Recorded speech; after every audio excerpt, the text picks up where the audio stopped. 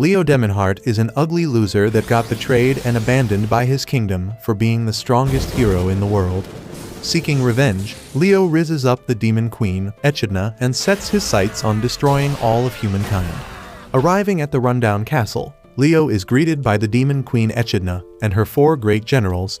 However, when he removes his hood and introduces himself as a former hero seeking a position in the demon army, the group instantly becomes alert. Leo continues on with his introduction, revealing not only is he a skilled swordsman, but is also packing a sword as big as Drake's. Moreover, he also specializes in magic, which Echidna knows since he defeated her with it. After angering Echidna, Leo boldly tells the queen and her generals that they all need him after he sent half of their soldiers to the afterlife. Thinking he has aced the interview, Leo waits for a standing ovation. But turns out, the demon queen is still upset about Leo eliminating her beloved civilians. As a result, Echidna directs fire magic on Leo, but despite her fury, Leo remains stubborn and even promises Echidna that if she hires him, he will act as her personal toilet paper. Exactly 1 year ago, Echidna and her demon army had suddenly started seizing control of the human territories. As a result, the king hired Leo, who created a party of elite heroes to fight Echidna and her ugly monsters. But Leo turned out to be too strong for Echidna's party and took care of most demons himself. Despite having a party of heroes, Leo would often feel like they were as useless as your existence in this world. Yet even then, Leo ends up befriending those losers, which he now regrets since he could have just saved the world twice in that time. In the end, Leo single-handedly defeated Echidna and her monster pets, proving to everyone that he is that freaking strong. After narrating his tale to the demon army's generals, Leo asks them why Echidna would reject him when he looks and sounds like a walking red flag. Edwald tells him that he probably got rejected because he is a mouth breather who doesn't look smacks. In retaliation, Leo insists that he has turned a new leaf, prompting Lily to take his side. Sighing, Steina asks Leo what he is really after while warning him that if Echidna finds out they are holding a meeting with him, she would whoop everyone's butts. Smiling brightly, Leo tells the gang that he would like to remind the 4 of them just how powerful he is. Steina has enough of Leo's cockiness and tells him that he looks like the type of guy that would suck his own bald Avenger if he could. Leo apologizes and admits that his attitude can be problematic, but that shouldn't stop Echidna from hiring him since he defeated her and her generals. Edwald roars in laughter, admitting that Leo's swordsmanship was commendable. Hearing this, Leo recalls how the first general he fought was this airhead. Since Edwald is also the strongest of the bunch, Leo tells him that he should have gone for world domination instead of serving Echidna. Edwald then reveals that ruling the world is not fun, which makes Leo realize that Edwald doesn't know how fun corruption could be. Their conversation is cut short as Melnies calls Leo a friendless loser. Knowing Melnies is spitting facts, Leo remembers how during their battle, Melnies' attacks were as fast as the typing speed of a keyboard warrior. His attention then turns towards Lily Aka, the dumbest member of the squad. He recalls how his first meeting with Lily was completely ridiculous since he met her when she had amnesia. As a result, he took her under his wings until Lily regained her memories and introduced herself as the Beast General. With that, she lashed out on him but ended up getting her ass whooped. This also led Lily to develop a massive crush on Leo since she kinky like that. At the very end, he fought with Steina. Despite her supreme magic skills, Leo managed to crush her with physical strength. As Leo reminds her of how she lost, Steina does what every woman does best. She complains and cries about how a mage can't fight with strength alone, but Leo counters her by stating that he can not only fight with magic, but with physical strength as well. Feeling frustrated, Steina once again asks him why he wants to join the demon army. Leo then discloses that after he defeated Echidna, he returned to Renales where instead of being welcomed warmly, he was treated like a Frankenstein's monster. It wasn't long until the humans he had fought for demanded his head on a platter, and in the end, the king succumbed to the pressure of his subjects and ordered him to be exiled. Now burning with a dark desire to eat humankind, he knocked on Echidna's door to fight alongside her and the demons. Instead of offering Leo oral support, Steina gives him moral support and tells him that since his reasons to join the demon army are valid, she will personally evaluate his performance for a month. Furthermore, she tells him that he can't tell Echidna that the generals have hired him, which is why he must take up a disguise. After agreeing to the terms, Leo asks the generals if they need help with something. Steina informs him that if he manages to elevate their ranks, mend the castle, and procure weapons from emo kids in America, then the generals will talk to Echidna on his behalf. Despite knowing the stakes, Leo accepts the challenge. Later on, Leo thinks about the time when Echidna forbade her servants from killing humans. Since then, he has been curious as to why the Demon Queen wants to conquer the world when she is so soft-hearted. The next day, Leo rises up early and heads to wake up Steina so they can get the party started. However, upon entering her room, Leo finds her sleeping. Seeing her in a vulnerable position, Leo's black mamba rises, but then he decides not to make a move on her since Steina is past 25. When Steina doesn't wake up, Leo uses voice-changing magic to transform his voice to mimic Echidna's voice. With that, he asks Steina to hand him the reports, causing the succubus to wake up in shock. Without looking up, Steina promises to work on finalizing the candidates for the demon army. Changing back his voice, Leo tells Steina that she can't do everything on her own. The moment Steina looks up and finds Leo standing instead of Echidna, she becomes angry and directs a magic attack on him. As Leo continues to get assaulted by this snow bunny, he thinks about how he whooped the demon army so hard that most of the soldiers returned to their respective countries, leaving the army vulnerable. As a result, the 4 generals were made responsible for all the tasks that were once done by the soldiers. In the present, Steina breathes heavily after her one-sided fight with Leo. Seeing her in this state, Leo tells her to hit the gym, which only makes Steina more angry. A few moments later, Steina reappears in her work attire and finds Leo studying her task list. After going through her task list, Leo realizes that Steina hasn't made squatting on his face her #1 priority and decides to question her on it. Frustrated, Steina tells him that without subordinates she can't take out the time to use his face like a toilet seat. Understanding Steina's situation, Leo assures her that he will help her out. Going through the list, Leo tells her that he will replenish her mana reactors, but of course, as a reward, she would have to give him a soul-snatching Hawaktua. Before leaving to tend to his job, Leo promises to Steina that he will never disappoint her. Knowing that everyone is disappointing in their own ways, Steina ignores Leo. After putting on a disguise, Leo leaves the room and comes across a light-skinned baddie who runs upon seeing him. 30 minutes later, Leo returns, informing Steina that he has taken care of the task. When Steina tries to assign him a new task, Leo gets comfortable on the cheap couch and tells her that he needs to distress before jumping on to another task. During this time, Leo uses a spell to keep an eye on Steina. An hour passes by. Steina grows angry and tells Leo to get his ass up, but the former hero, who is on his villain arc, remains rooted on the couch. With more passing time, Steina's patience wears thin, and she is about to zap Leo's butt back to unemployment when a knock interrupts her. Leo transforms back and thinks about how he is about to prove to Steina that he is the best candidate for the demon army. In comes Dianette, the same girl Leo ran into the hallways.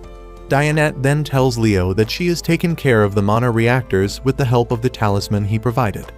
Confused by the events transpiring before her, Steina asks Leo if he bought Dianette from the dark web. Sighing, Leo explains that when he went out for 30 minutes, he was actually procuring an amethyst from the goblin goldsmith. Then, he filled the amethyst with her wavelength and created a talisman out of it which can be worn by anyone. To conclude the matter, Leo tells Steina that he did all of this so she doesn't have to worry about tending to the mana reactors that can only be maintained by her or high-level sorcerers. Stunned by Leo's thoughtfulness, Steina goes non-verbal until Leo tells her that Dianette offered to help him because she had been worried about her. When Steina turns to face her, Dianette reveals that she had often seen her overwork herself, but since she was a pathetic loser, she couldn't really help her. That was until she met Leo, who taught her how to be useful. After hearing this, Steina becomes a sentimental wuss and thanks Dianette for being a good slave.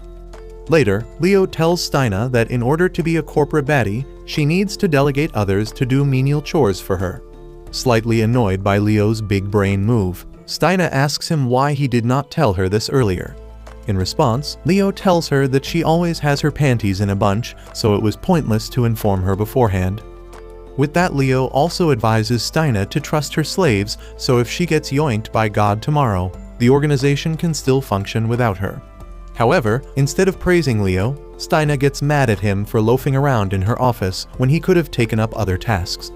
In retaliation, Leo reveals to her that he spent those 2 hours carefully studying her weapons of mass distraction.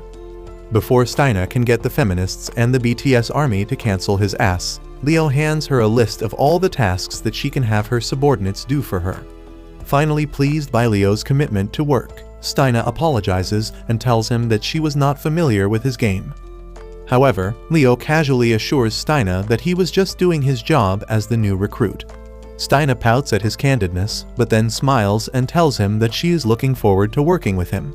Hearing this, Leo's inner love-starved child does a little happy dance. That night, Leo enters Steina's room thinking he is finally about to Slytherin inside Steina's chamber of secrets, but to his dismay, Steina informs him about Lily's unhinged plan of procuring rations from the city of Largo. Hearing the name of Largo, Leo begins to remember how the place contains multiple unexplored islands which hold flora, fauna, and mineral deposits. Without wasting a second, Leo goes to the tropical island, but instead of enjoying himself, he finds himself babysitting Lily. Before arriving at the city, Steina briefs Leo on the alliance between the demon army and the people of Largo. 3,000 years ago, the demon king Belil got rejected from an art school, which made him so upset that he decided to annihilate humankind. Unfortunately, when Belil lost, humans and demons both found themselves on the losing end and decided to work together to rebuild themselves. Like every species, the dragon folk aimed to be contributing members of society, but instead they were forced to work in shine factories by humans. It wasn't long until the dragon folk decided to pack up their shit and move to Largo, where they have been living in peace to date. Steina continues, informing Leo about how Echidna's invasion on the human world was welcomed by the dragon folk since they couldn't forego the past.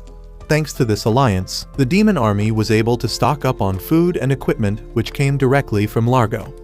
Steina concludes that in order to safely procure supplies from Largo, she wants him to accompany Lily. Slightly curious, Leo asks Steina why she's not assigning Edwald on this job since he's a dragon folk. And so, Steina reveals that Edwald is needed at the castle. Besides, she needs someone who would teach Lily to be more responsible. Sighing, Leo tells Steina that he has to now babysit a furry icon just so he could impress her out of her pants. Feeling disgusted, Steina angrily tells Leo that this is why women choose a bear. In the present, Lily behaves as a poster child for why you should use protection. Observing the situation, Leo notes that despite having access to a portal between Largo and Echidna Castle, they won't be able to get the job on time because of Lily's playfulness. He sighs wistfully as he thinks about how if only the right people were assigned to the task, they would have wrapped up this job in a day or two.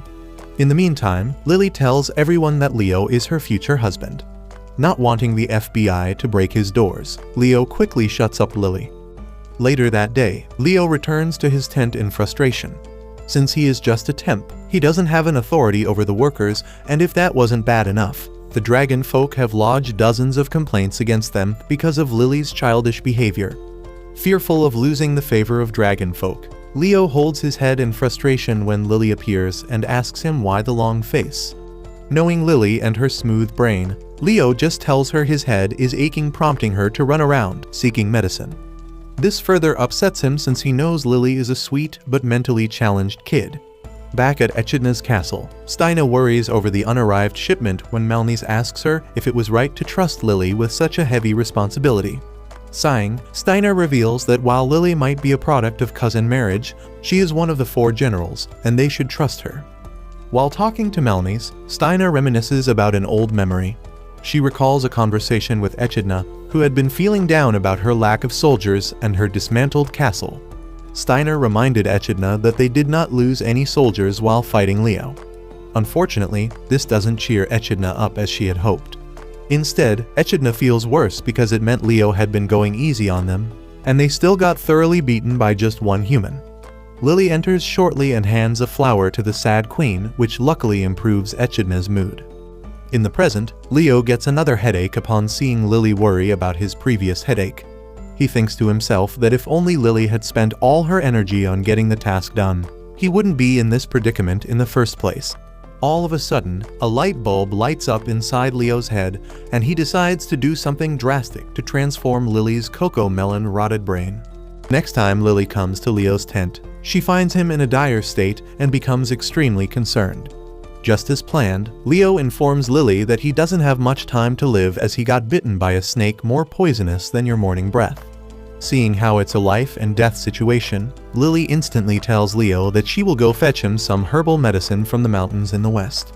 Pleased by Lily's decision, Leo tells her to hurry since he only has 12 hours to live.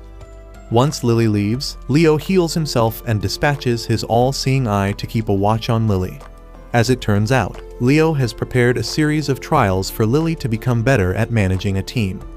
In the meantime, Lily transforms into a Fenrir, which surprises Leo since a Fenrir is regarded as a divine wolf.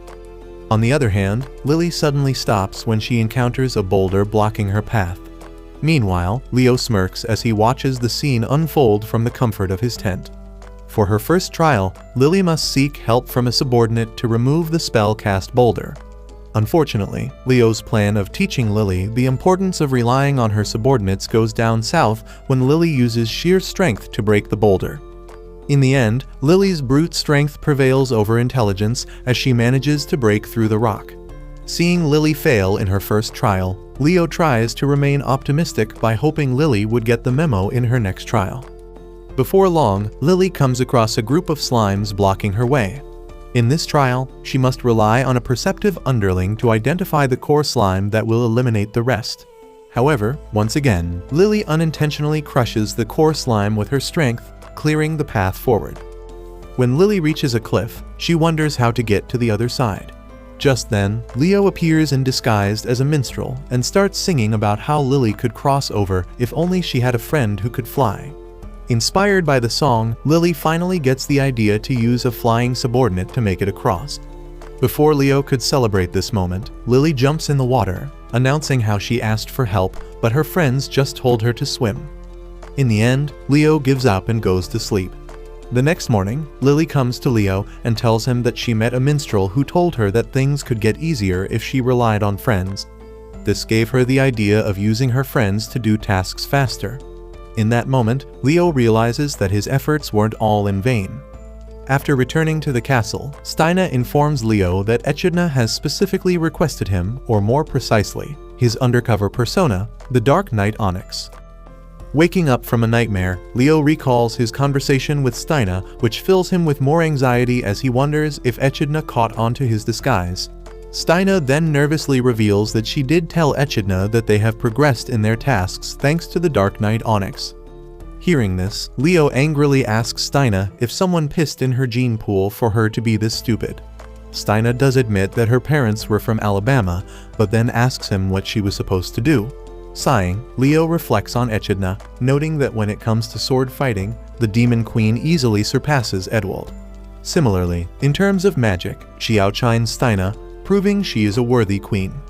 In the end, Leo concludes that no matter what tricks he uses, Echidna would easily know it's him.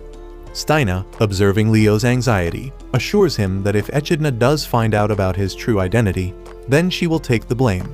However, Leo tells Steina that he doesn't want a hot chick to become unemployed because of him, so if Echidna finds out, he wants her to pretend that she had nothing to do with him. With that, he transforms into Dark Knight Onyx and heads to meet the Demon Queen. As he enters her chambers, Leo is met with a delighted Echidna who praises him for being a good employee. Hearing this, Leo hopes to get an awesome salary package, but instead, Echidna invites him to dinner. Feeling upset over how the Demon Queen is not on the menu, Leo reluctantly takes a seat on the dining table. During the dinner, he observes how Echidna appears in high spirits, but even then, he is unable to relax. Out of nowhere, Echidna asks him to take off his helmet. When he tries to make excuses, Echidna appears before him and removes his helmet. Now caught red-handed, Leo prays to his ancestors to save his ass this one time or their bloodline will die with him. In the meantime, Echidna observes his face and then laughs at how the great Dark Knight Onyx looks like a twink. At that moment, Leo realizes that Echidna is too drunk to notice that she is dining with her greatest enemy. This gives him the idea to get Echidna so drunk that he can make a successful escape without blowing his cover. With that thought in mind, he approaches the bop and begins to fill her glass again and again. While doing so, a voice tells him to pounce on Echidna, but he decides against it since he is a scum with morals. Unfortunately, the plot god thumbs down his plan for wasting a good opportunity and decides to punish him by making Echidna immune to getting drunk. While Leo finds himself in quite a predicament, elsewhere, Steina enjoys a relaxing cup of tea. The smile suddenly leaves Steina's face when she thinks about Leo. Not wanting Leo to get fired and end up as a below-mid SoundCloud rapper, Steina becomes anxious for him. In the meantime, Leo tries to engage Echidna in meaningless conversations. He asks her about the sausages, and when the Demon Queen tells him that she loves sausages, Leo thinks about telling the fatty to try some greens. The Demon Queen takes a bite of the sausage, promoting Leo to abort his plan. Echidna then talks about how she always knew Lily was bright enough to bring supplies from Largo. Seeing her smile, Leo becomes speechless for a moment, as he thinks how Echidna looks like an innocent girl who is just happy and carefree. Wanting to riz the Demon Queen, Leo reveals how the hood knows him as Salt B since he is quite the chef. With that, he casually states that it was actually him who made the sausages. Upon hearing this, Echidna states that men who can cook deserve a PS5. Before Leo could ask for one, Echidna ruins the mood by asking him why he wears his helmet.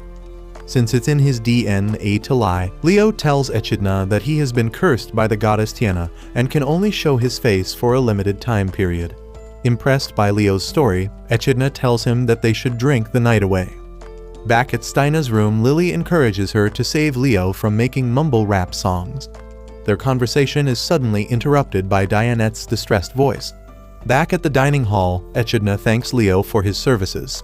In response, Leo humbly tells her that he hasn't yet proved to her why the sisters call him Pappy. Echidna smiles and tells him that she will soon examine his tongue game. This gives Leo the confidence to ask the Demon Queen if she would welcome Leo the hero if he proved his worth. Hearing Leo's name, Echidna throws a fit, stating that she would rather walk on a field of Legos than take Leo in her army.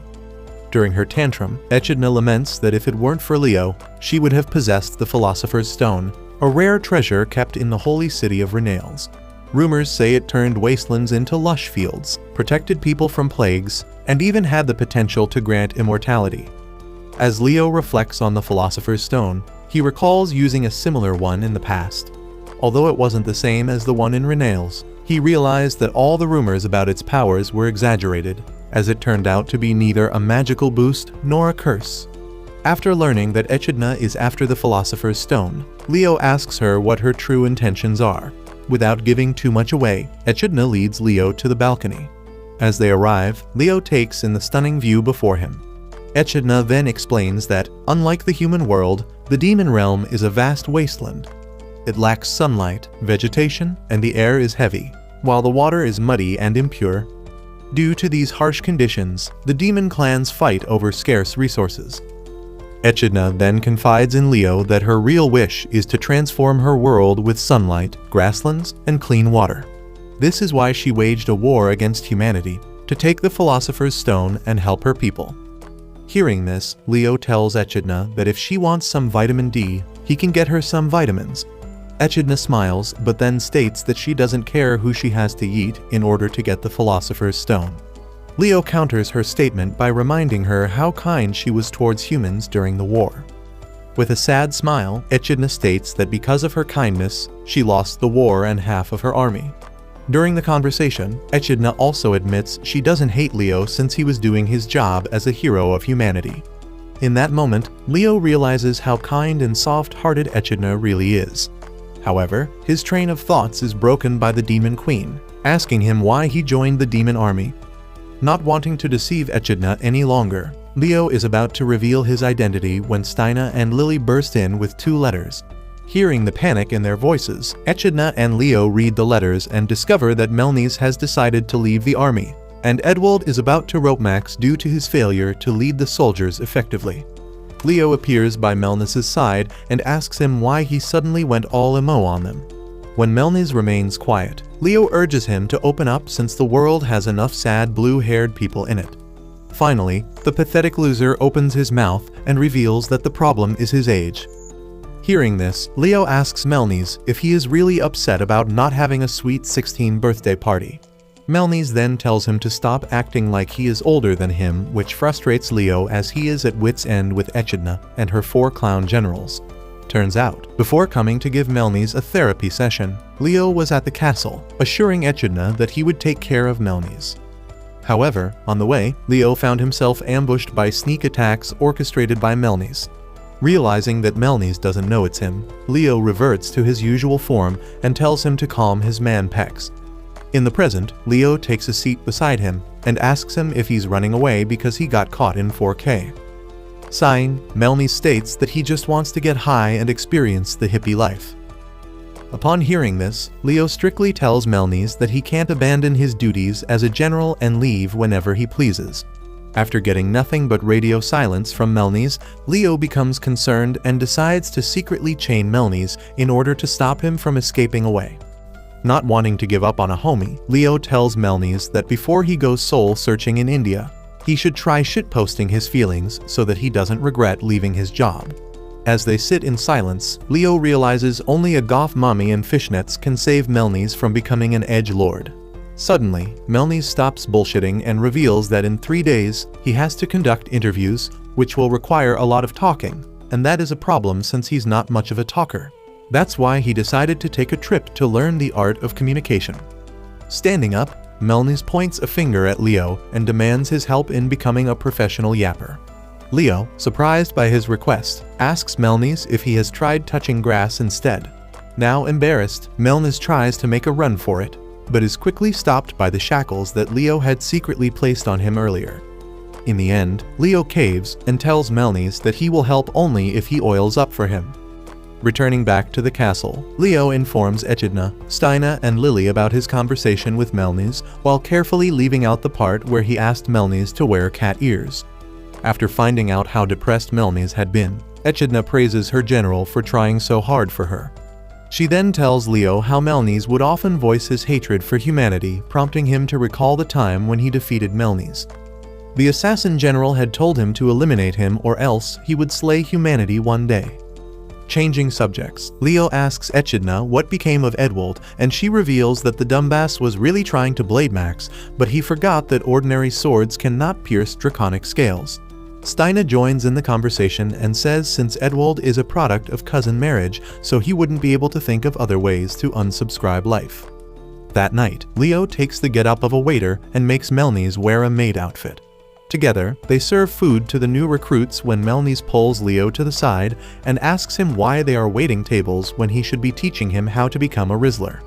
Leo then reveals that the best way of becoming a good speaker is by entering service positions. Sighing, Melnies puts up with Leo's bullshit lessons until the head chef calls him out for having a doomer boy look. Leo pulls Melnies to the side and schools him on having an amicable facial expression. When Melnies tries to brush him off, Leo smacks him on the head and gives him some pointers on being a good communicator. The first tip, have good genes, and the second, have a 6 feet tall height. With that, Leo sends Melnies to serve a group of big black wolves.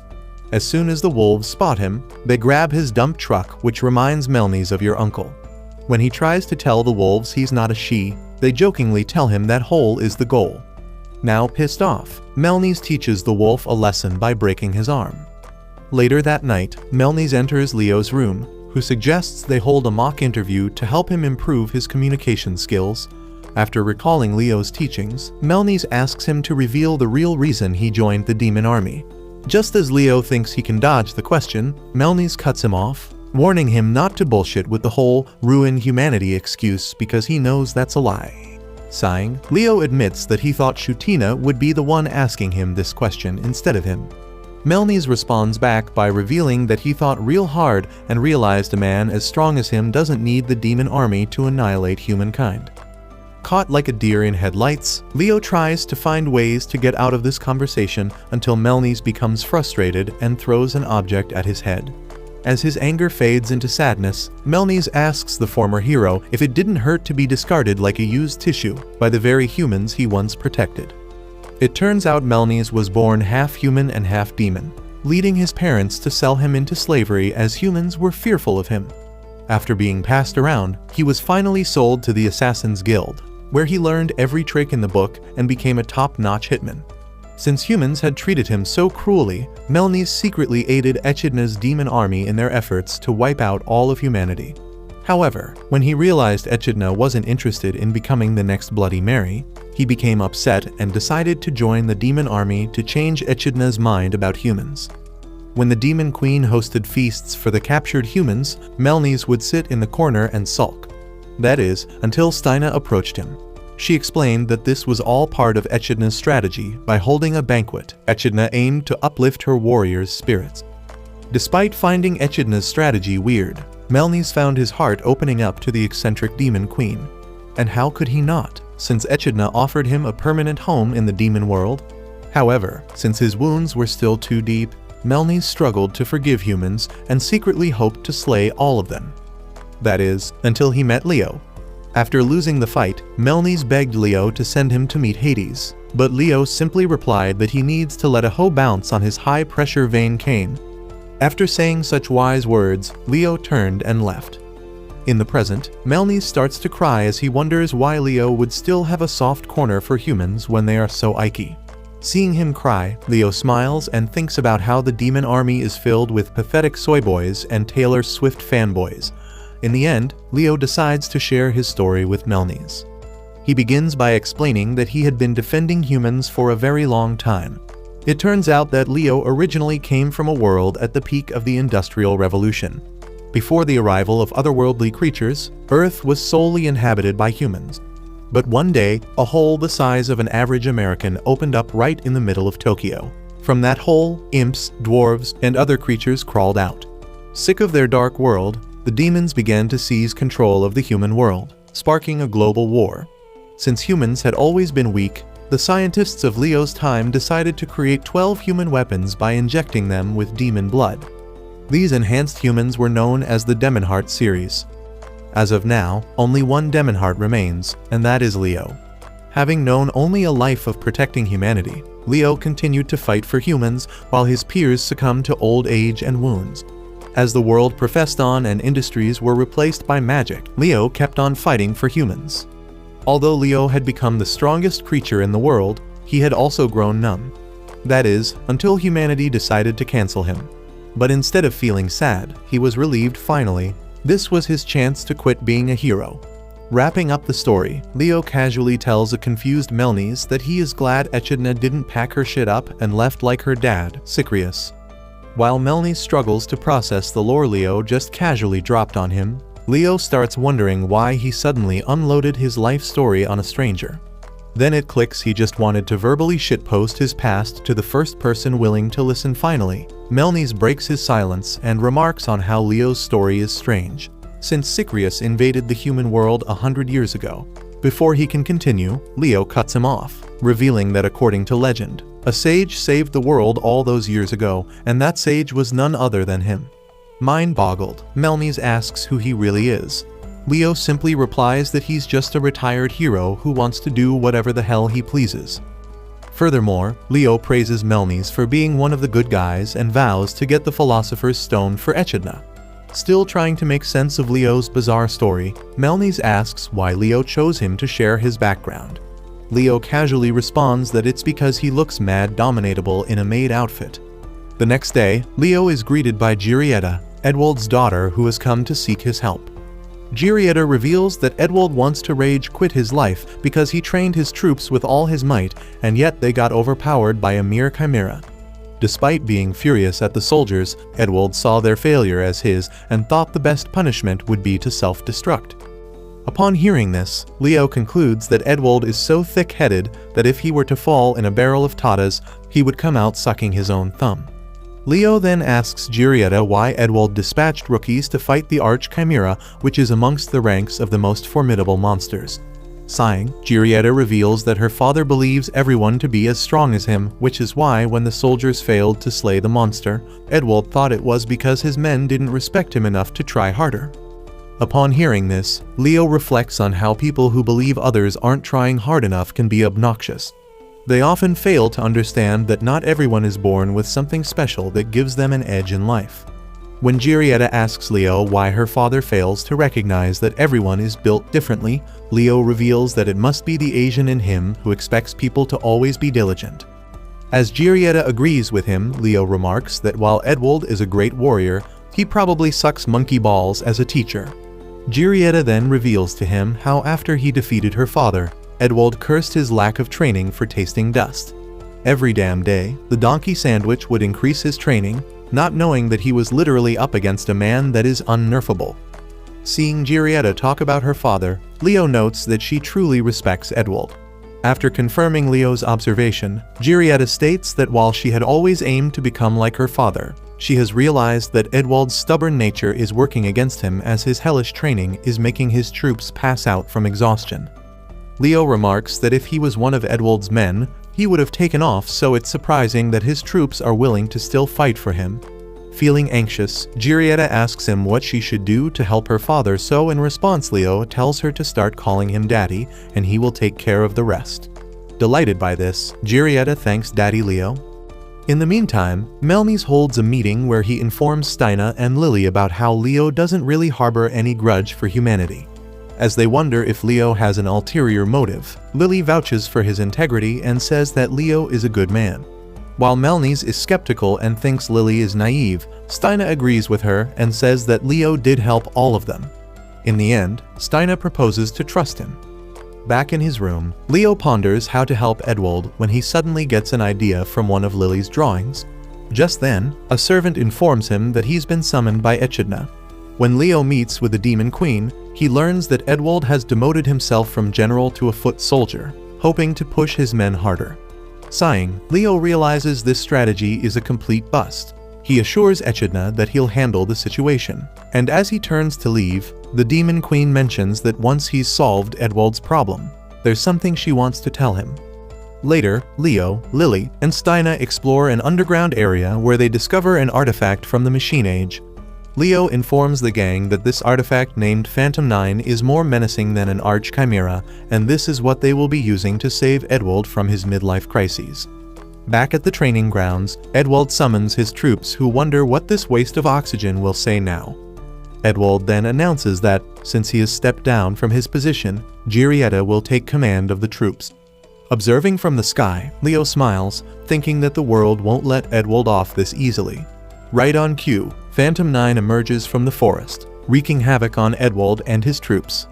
After assessing the power of the artifact, Edward orders his troops to fight, but despite their best efforts, Phantom 9 remains unharmed.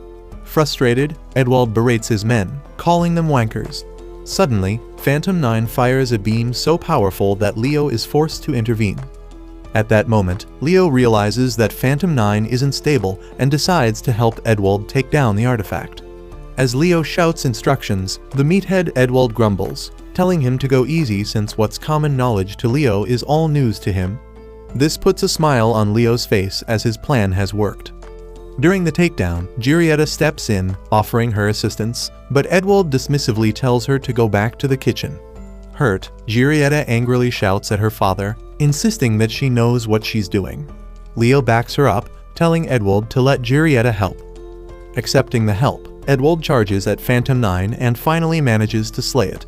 Just as Edward begins to thank Giulietta and Leo for their assistance, Leo notices that Phantom 9 has called for backup. Despite his initial frustration, Leo prepares to confront the new threat, only to find that Echidna, Melmes, Lily, and Stina have already taken control of the situation. This surprises Leo, as he wonders how Echidna knew about the artifacts. A couple of hours earlier, Lily and Stina had informed Echidna about Leo's under his alias Dark Knight Onyx plan to revive the artifacts to snap Edward out of his delusions. Upon hearing this, Echidna decided to assist by stating that sometimes things can go south, and since Edward is her dear general, she wants to ensure everything went according to plan. In the present, Echidna efficiently handles the 3 additional artifacts and sends a message to Leo, telling him to take care of his own matters while she deals with the artifacts. With that, Echidna uses her fire magic to annihilate Phantom 9's siblings. Back with Leo, he reprimands Edward for not being strong enough to handle Phantom 9 on his own. As Leo reminds Edwald of how he used to berate his soldiers with the same harsh words, the dragon general suddenly realizes his mistake. Enjoying himself, Leo continues to roast Edwald until Giulietta steps in, playing good cop. She tells Leo to back off, pointing out that common knowledge isn't always common and that he shouldn't expect everyone to be on his level. Realizing his error, Edwald apologizes to his troops and hangs his head in shame. Seeing this, his warriors offer their forgiveness on the condition that he increases their salaries and ensures work ends at 5 p.m. sharp. Edwald agrees, promising to be more considerate in the future, while Leo watches the scene unfold like a proud daddy. The next day, Steina enters Leo's room, revealing that Echidna might promote him to a leadership role in today's meeting. Before Leo could say something stupid, Steina states that she found out through Melmes that he lied about his reasons for joining the demon army. Hearing this, Leo quickly assures her that he doesn't plan on betraying her and will clear the air later today. Steina accepts Leo's words, but tells him not to tell Echidna about his true identity until she gives him the thumbs up. Her attention then turns towards the book in Leo's hands, and Steina remarks she has often seen this book in Echidna's hand. Upon hearing this, Leo tells Steina that she should pick up a book from time to time since she is one dumb cow. Wanting to lessen the blow of the insult, Steina asks Leo if they can really get the Philosopher's Stone. Leo smiles confidently and assures Steina that with his help, getting the Philosopher's Stone would be like a walk in a park. Feeling satisfied, Steina leaves the room. Now alone, Leo looks at the book and stares at the ugly character drawn on the cover. He smiles and thinks about the past. When he was still a Demonheart, serving the humans, he met an imp called Ibrad who assured Leo that the imps mean no harm to humans. However, since Ibrad wasn't aesthetically pleasing, Leo doesn't believe him and asks him why he is in the human world if they mean no harm. Ibrad states that the Demon King was just trying to cook white powder with Walter White when he accidentally opened a Great Spirit portal. And since the demon world was seriously lacking in gentlemen clubs, they figured they might as well come to Earth to have some fun. Noticing Leo is hooked on his story, Ibrad goes on, adding that while honkers are definitely great, the real treasure of the human world is its peace, a luxury the demon world has never known. Curious about the demon world, Leo asks why there's no peace there. Ibrad shrugs and reveals that their ruler, Belil, never watched Naruto, so he's completely clueless about the true meaning of life. Hearing the name Belil, Leo comments on how humans have a record about him being a failed artist. Ibrad tries to gauge Leo's reaction, but when he fails, a wave of fear washes over him. To his surprise, Leo calmly suggests they take a walk together so they can get to know each other better. As they stroll, Ibrad opens up, explaining that the demons never really wanted a war. It all started because a few instinct-driven orcs and ghouls attacked humans, leading to everyone facing the consequences. Before long, the situation escalated into a full-blown war. He also confides that when he tried to return to the portal, he found it closed, which meant that Belil had abandoned the rest of them. When Leo questions Belil's plan for world domination, Ibrad admits that a ruthless ruler like Belil would definitely exploit their power over humans and plan a large-scale invasion. Leo responds, mentioning that it usually takes 3 humans to take down 1 devil. Ibrad chuckles bitterly at this, explaining that it's funny Leo refers to them as devils, since in the demon world, devils are actually the bourgeoisie who treat the rest of them low-tier demons like a shit stain. As Leo realizes that even the demon world isn't free from capitalism, he starts to feel a bit sorry for Ibrad. Catching on to this, Ibrad sarcastically thanks him before venting his frustration. He explains how he's trapped with nowhere to go. Humans want him dead, and the devils in his world want to exploit him and his kind for their own twisted agendas.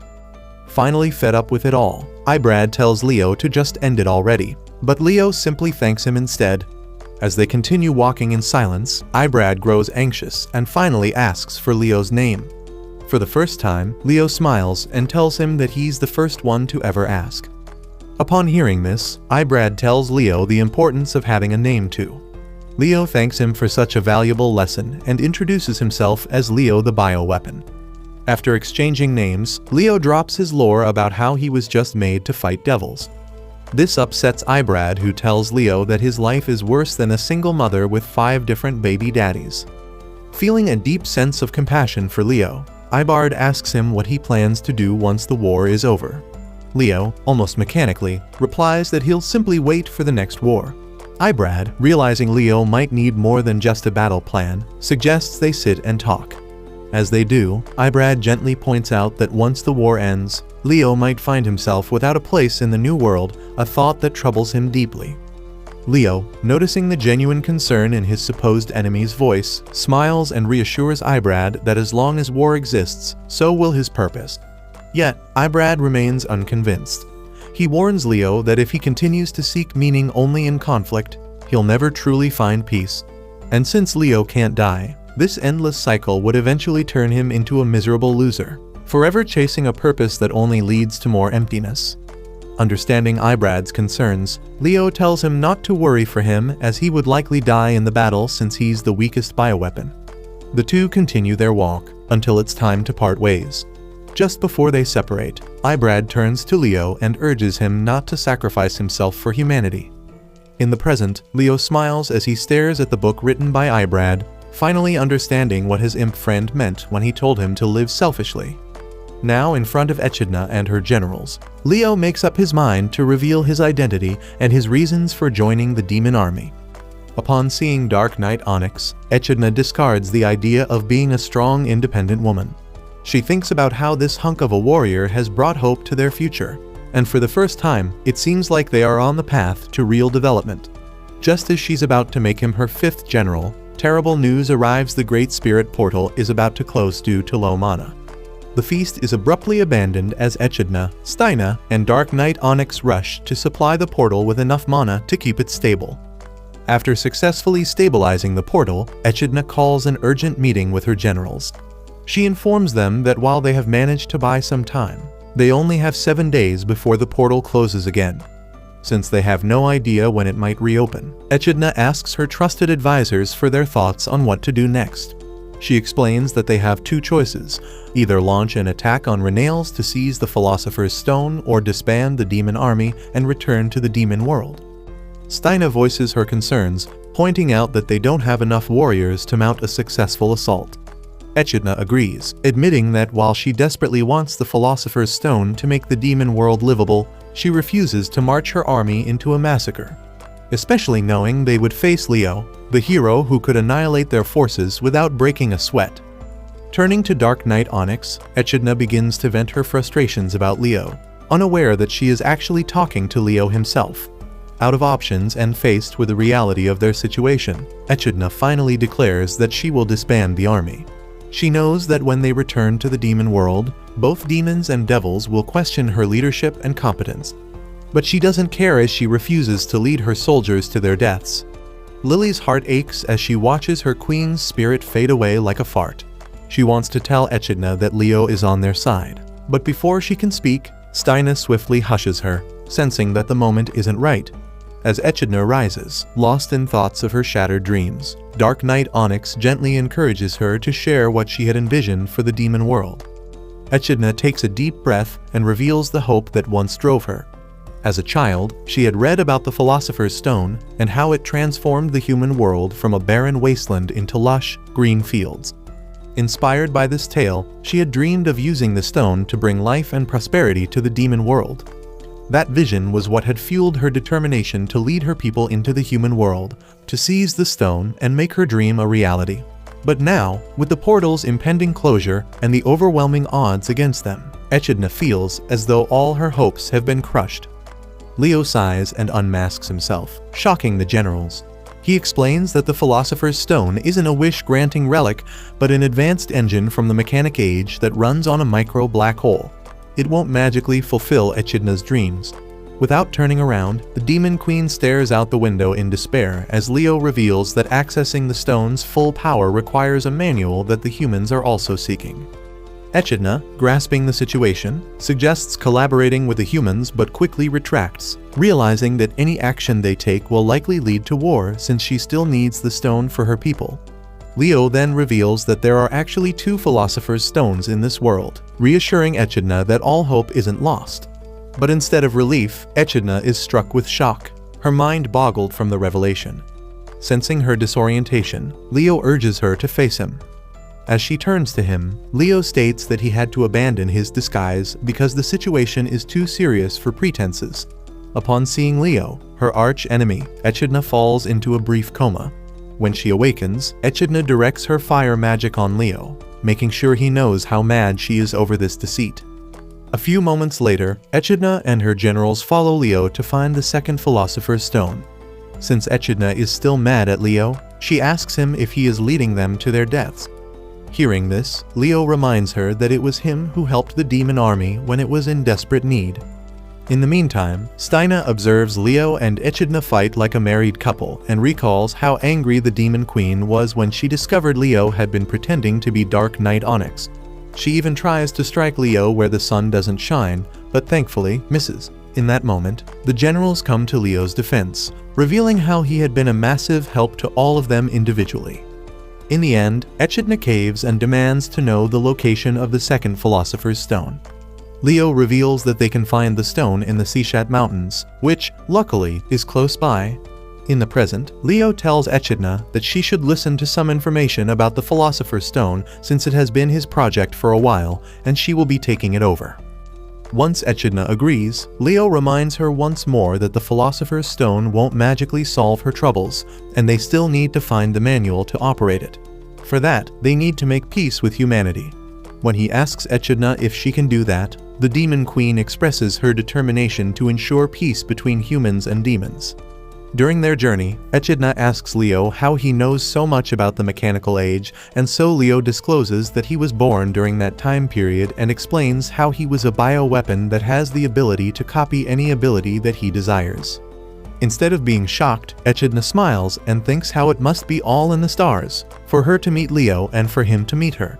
As they get closer to their destination, Leo confesses to Echidna that it's time for him to retire once and for all.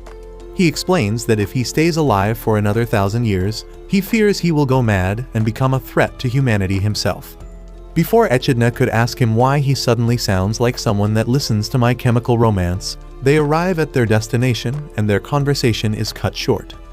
When the generals ask where the Philosopher's Stone is, Leo drops a bombshell, revealing that his heart is essentially made of the Philosopher's Stone.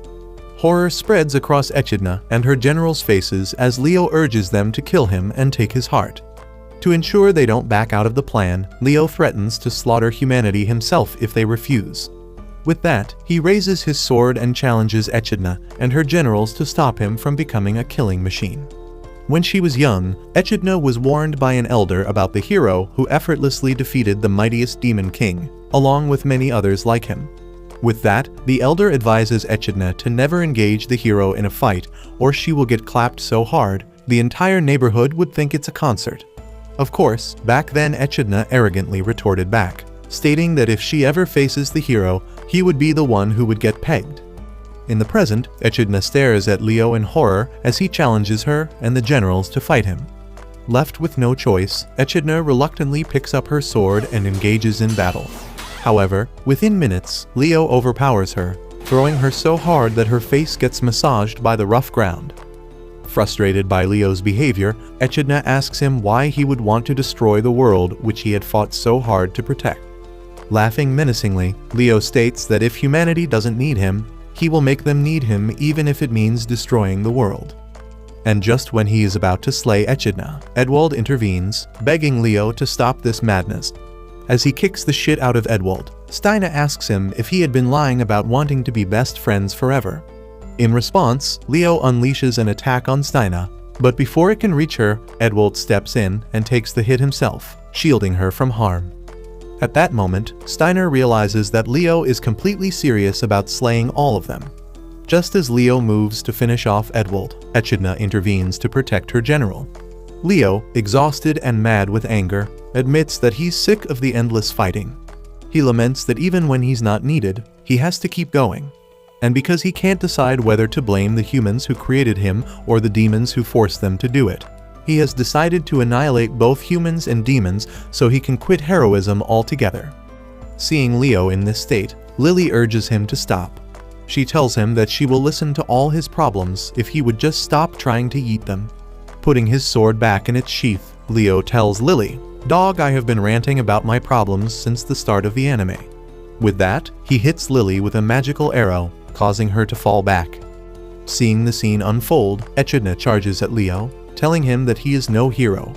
Along with her, the rest of the generals except Lily and Melnies make an attempt to slay Leo. Edwald unleashes his dragon blood, but even then, he faces defeat. Left with no choice, Melnies steps into the battle to fight Leo. During the clash, Melnies tells Leo that he will record a 2-hour-long whimpering audio for him if he stops now. But Leo spits on his offer and freezes Melnies. With the assassin general out, Lily takes on the form of her Fenrir and attacks Leo. As tears start to well up in her eyes, Lily tells Leo that she doesn't want to fight him, but since he's so miserable, she will help him out. Of course, seconds later, Leo kicks Lily to the curb, prompting Echidna to make a very hard decision. When Cycrius passed his throne to Echidna, he entrusted her with a formidable spell, one specifically crafted to take down the hero. Yet, he cautioned her that using it was a gamble, as the consequences would be dire. At the time, Echidna never imagined she would need to resort to such a desperate measure. But now, with no other options left, she prepares to unleash the spell. In the meantime, Steina steps in, buying her time by engaging Leo in a verbal sparring match. She tells Leo that he had the opportunity to eliminate Edwald, Lily, and Melnies, yet he chose only to deflate their attacks. This just proves that his true desire is to end his own existence, because he is driven by a fear of the future and a life devoid of purpose. Without a word, Leo reacts by attacking Steina and sending her flying. Seizing the moment, Echidna completes the spell and prepares to cast the anti-Leo spell on him. Though it will drain all her mana, the spell is designed to paralyze Leo for a few minutes, creating a window for her to strike. As Echidna directs the spell at Leo, she notices a sad smile on his face, which momentarily weakens her resolve. She tells herself that she must go through with it because she has never been able to protect her generals, though she secretly hopes Leo will move aside. Meanwhile, Leo reflects on his past battles. At first, his mission was clear: to protect humanity. Over time, however, he began to crave conflict, seeking battles to justify his existence. Each new enemy made him stronger as he mastered their techniques, turning every fight into a mere child's play due to his overwhelming strength. When humanity entered a period of peace, coexisting with demons, Leo was infuriated. He yearned for destruction, hoping to make humanity dependent on him once more. This dark craving grew within him, leading him to the decision to destroy the world himself. Although the Demon Heart series were originally programmed to prevent them from becoming destroyers of humanity, Leo's prolonged existence had weakened this restraint. Driven by darkness, Leo began creating heroes of his own. Just as he was about to command them to threaten humanity and reignite his purpose, he learned that the demon army had launched an attack. This revelation jolted him into realizing that he had become the greatest threat to humanity, worse than any demon king. Now, Leo found himself in the paradoxical position of having to protect humanity from its greatest savior, himself. But the problem was, he was too powerful to be defeated. Moreover, Leo wanted to entrust his heart, the Philosopher's Stone, to someone he could trust, someone capable of protecting humanity in his stead. That's when he encountered Echidna. Despite being the Demon Queen, she encouraged her soldiers to fight fairly and avoid needless destruction. Intrigued by her principles, Leo decided to conduct an interrogation. He kidnapped Echidna's soldiers, questioning them about their leader. They all shared the same view: Echidna was unusual, kind-hearted, and focused on making the demon world a better place for her people.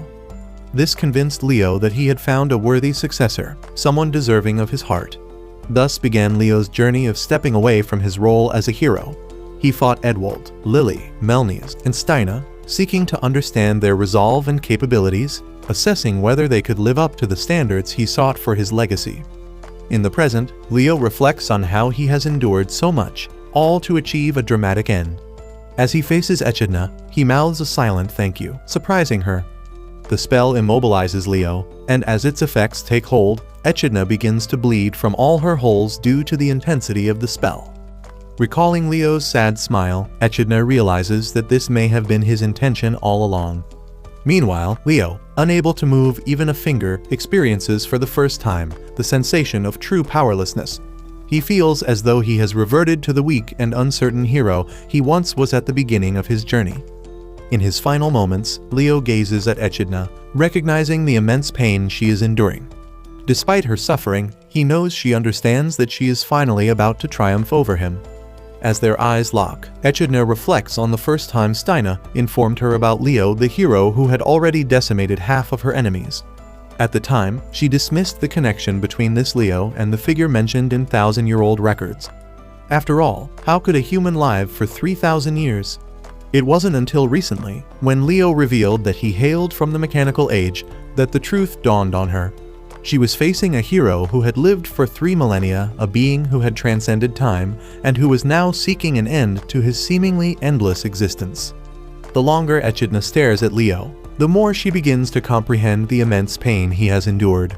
She sees the loneliness that has haunted him for centuries, fighting for humanity without anyone to call his own, without a place to call home. In Echidna's eyes, Leo recognizes the sorrow and sympathy, and though he cannot speak, he silently reassures her that she will be okay, because she has her trusted comrades by her side. Something he never had, as his inability to trust anyone left him isolated in his endless battles. Now filled with anger, Echidna silently questions Leo, wondering why he chose to fight alone when he could have placed his trust in a Latino baddie with thunder thighs. Leo smiles faintly at her frustration, and with a quiet, bittersweet acknowledgement, he responds that he always believed no one would love him if he wasn't a hero. As Echidna promises Leo a hero's death, he can't help but wish things had been different, that he had more time with her and her loyal generals. Feeling her strength fade, Echidna calls upon her generals to finish what she started. Edwald, Melnice, Steina, and Lily, adhering to their queen's command, each launched their attacks on Leo, finally putting an end to his long and exhausting job as a hero. Completely battered, Leo lies on the ground and stares at the sky as he comes to terms with his defeat. The exhausted demon queen and her generals gather around him, and Echidna asks if he's satisfied now that he got to play the bad guy. With a faint smile, Leo admits that he always wanted to play the villain who would clap everyone's cheeks, and he's glad he got to do that with her. However, Echidna, with a stern look, calls him out as she knows he went easy on them. When Leo tries to play dumb, Echidna gets upset, pointing out that he welcomed her attack when he could have simply dodged it.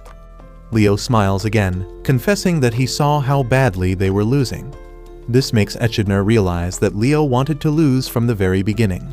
The former hero then adds that while not everything went according to plan, the important thing is that they managed to stop him before he could clap humanity.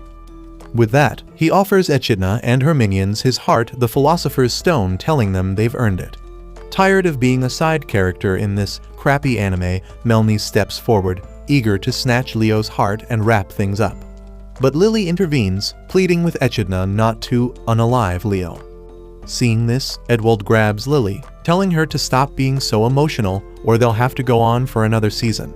As Echidna watches Leo smile, she realizes that he remained a hero until the end, so terrified of his intrusive thoughts that he chose to end himself before he could end humanity. Leo then urges the gang to hurry up, reminding them that he doesn't have much time left. But before they proceed, Echidna asks if he has any regrets. With a sad smile, Leo admits that his only regret is not getting feet pics from Steina. Without missing a beat, Leo then asks Echidna to remove his heart since it's time. Feeling a surge of jealousy, Echidna decides to show Leo that she's got feet too by kicking him right in the stomach. As Leo groans in pain, Echidna declares that she won't be taking the Philosopher's Stone after all. Seeing the confused look on Leo's face, Echidna reveals her plan to hire him as an ambassador between the demon and human worlds. Instead of feeling relieved, Leo yells in frustration, begging her to end him. He insists he can't continue living in a world where people eat pizza with pineapple toppings. Unmoved, Echidna stands firm in her decision. Now feeling desperate, Leo turns to Edwald, pleading with him to convince the demon queen to change her mind. But Edwald just laughs, telling Leo to suck it up. He agrees with Echidna and decides he's curious to find out if Leo would become a good suit for his daughter.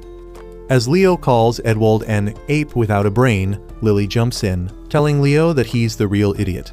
She unloads her frustration on him, berating him for not seeking help from his friends when he clearly needed it. Overwhelmed with emotion, Lily starts to tear up, calling herself stupid for falling for a red flag who only wanted to self-destruct. At that moment, Leo turns to Melnies, telling him to screw his balls back in place and finish the job. But instead of complying, the assassin smacks Leo and tells him to drop the tough guy act, as he can see through his facade deep down. He wants to live. Steina then jumps in, suggesting that since Leo was able to develop a personality beyond being humanity's savior, he can also try disabling the order that forces him to protect humanity. If he succeeds, he will finally be able to relax. When Leo tries to dismiss her idea as nonsense, Steina insists, practically forcing him to give it a shot. In the end, Leo follows Steina's plan and delves into his subconscious, pleading with the voices to stop compelling him to be humanity's savior. To his surprise, the voices finally cease. Returning to consciousness, Leo can't help but wonder why he hadn't done this sooner. With only 30 seconds left, Echidna gives Leo a final choice. If then, she will give him a soul-snatching sloppy toppy so he can go out with a bang. But if he wants to live, he should speak now. As Leo hesitates, memories of Ibrad's advice to live life on his own terms flood his mind. Tears now start to well up in his eyes as Echidna urges him to forsake his loyalty to humanity and join forces with her. In that moment, the open wound on his heart begins to heal as Leo takes Echidna's hand, accepting a new life. A couple of hours later, Leo takes a tour of the Demon Queen's palace and smiles at his new home. He then opens a door and finds the generals completely blackout drunk. Sitting on the couch, Echidna remarks on how she had never thought Leo would be working under her. In response, Leo tells Echidna that they can spice things up and she can get under him.